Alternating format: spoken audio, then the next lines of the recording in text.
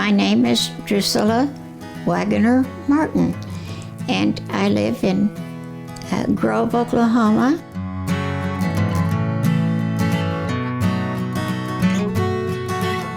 When I was born, my parents lived in Mounds, Oklahoma, and they were running a little cafe.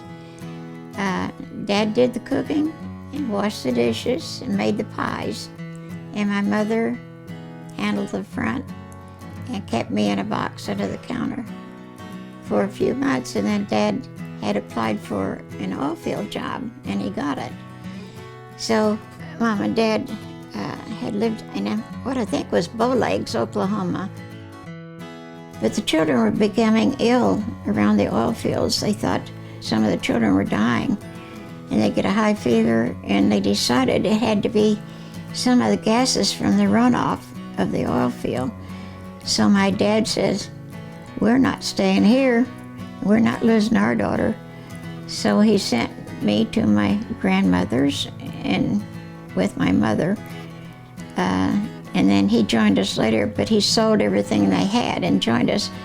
And we were supposed to move on to California, but this was like 1929, and the bank closed with all of Dad's money and left us broke. From there we went to Cheyenne, Oklahoma. Dad leased a ranch up there, and we had an old farm, an old ranch house we lived in. I was about 4, I think, and Mom said, Charlie, she said, what's going on up there? And he said, I don't know. And he looked out the window too, and what was supposed to be Blacktown on the southeast corner of Cheyenne, Oklahoma, was Blacktown, where all the colored people lived. And things were so different then than they are now. But Mom and Dad saw this person running, and it was depression, and it was hard to find food and to live, you know. So we saw this person running, and she came down to our front yard, had a fence, and the snow was piled up against the fence. And she stopped there, and Dad went out, and he says, girl, what are you doing? And she said, Mr. Charlie, she said, I saw a rabbit, and I caught that rabbit. And she had run all the way down in this deep snow after this rabbit till she caught it against the fence at our place. She was barefooted. So Dad said, girl, come in and get warm. And he took her home with a team in a wagon.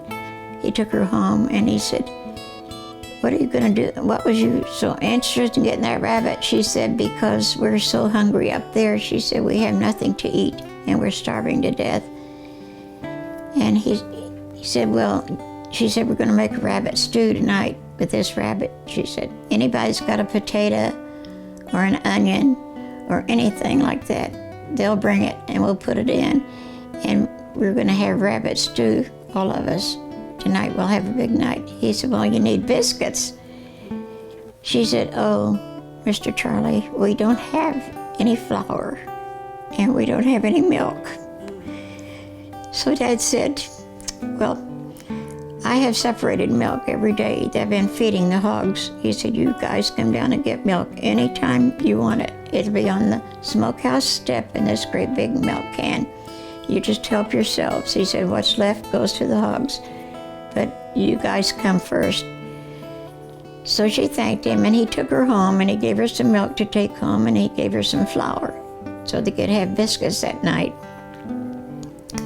And my father would sneak a little bit of flour out to them with milk. He'd put it out on the smokehouse steps, and he found his wood pile was way up by the barn, and he'd find his wood chopped for our fire in the house.